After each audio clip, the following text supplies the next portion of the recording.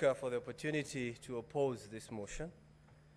I stand to oppose, and I'll start from where I left by saying that children deserve the most honest and thoughtful answers. And allow me, when I give my point, to talk to my children and the children of patriots of this country, Mr. Speaker.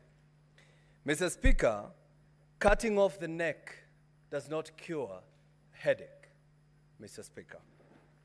Mr. Speaker, it is one thing to condemn a healthy person and another to condemn someone who is sick or bedridden. Today, we were told the Deputy President fell ill, and he requested for time for us to give him an opportunity so that we can hear him. But that opportunity was not granted because we're in a hurry, and yes, I think we are. I don't know to where. Mr. Speaker, this is an impeachment in absentia. And I believe, Mr. Speaker, without contradiction, that probably it is a flawed process, Mr. Speaker. And for some reason or at some point, I was not able even to know who we are impeaching. Is it the Deputy President or the Governor of Siaya, Mr. Speaker? Why am I saying that? Because our standing orders, Standing Order 81 and Standing Order 80, says when a governor should appear before us. And we saw a governor standing there, Mr. Speaker. So sometimes I was asking myself, maybe the governor impeached himself by just appearing to us, Mr. Speaker. And I want to tell you, Mr. Speaker, when you listen to Mr. Mutuse, the main witness, when we ask him questions, he was saying this is just a prima facie, prima facie, prima facie. I'm not a lawyer. I Googled, and it says, prima facie says on first sight. So we are impeaching the Deputy President on allegation of at first sight. Mr. Speaker, we don't even love at first sight nowadays. But we have made the process of impeaching a Deputy President so easy than kicking out a nagging boyfriend or a nagging girlfriend. So I stand here from Kiambu saying that, Mr. Speaker, I'm not going to impeach the Deputy President because listening to the accusation here, they are not enough. They do not meet the threshold of removing somebody from the office. You ask Mutuse here, you had it.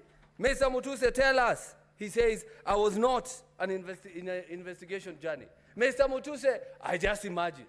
Mr. Mutuse, I don't know. Mr. Mutuse, I believe. Mr. Mutuse, Senate, believe me. Even if you don't believe me in one occasion or in one ground, just take one, the one that you love, Mr. Speaker.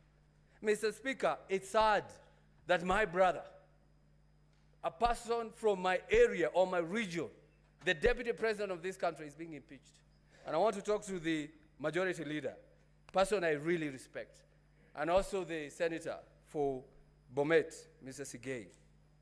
When we help to save a brother, remember us when we ask you to save our brother, Mr. Speaker.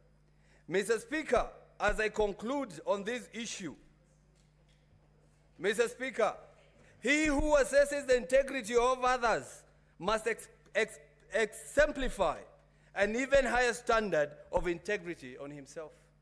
I want to ask you members, please, as I go down to write your names or the sins on the ground, and I'm not calling myself Jesus, ask yourself, would you be the first one to throw the stone on the Deputy President? And Mr. Speaker, I am going to leave this by saying I'm going to vote on all 11 counts. No, no, no, no, no. I'm going to vote no. And I'm going to leave you with one quote I've read from a member of parliament from Gatondo North, who has said, Mr. Speaker, and I read, the dog is not sick, it's just afraid, facing its last 2 hours of power forever, Mr. Speaker. Those are the MPs who kicked out the Deputy President. They are now calling him a dog. Maybe even this motion, Mr. Speaker, was brought by some people who are suffering from mental issues, Mr. Speaker. I'm going to say that because how do you call a Deputy President is a dog and he's not sick and he's only waiting to get out of power for 2 hours? I ask you, brothers, please do not play along the galleries. Respect the Deputy President, respect the people of Murima, and I leave you with Exodus 19 verse 12, Mr. Speaker. We were told if you touch a widow, you die. It says if you touch the mountain, you die. I vote no. Senator Sifuna. Senator Edwin Sifuna.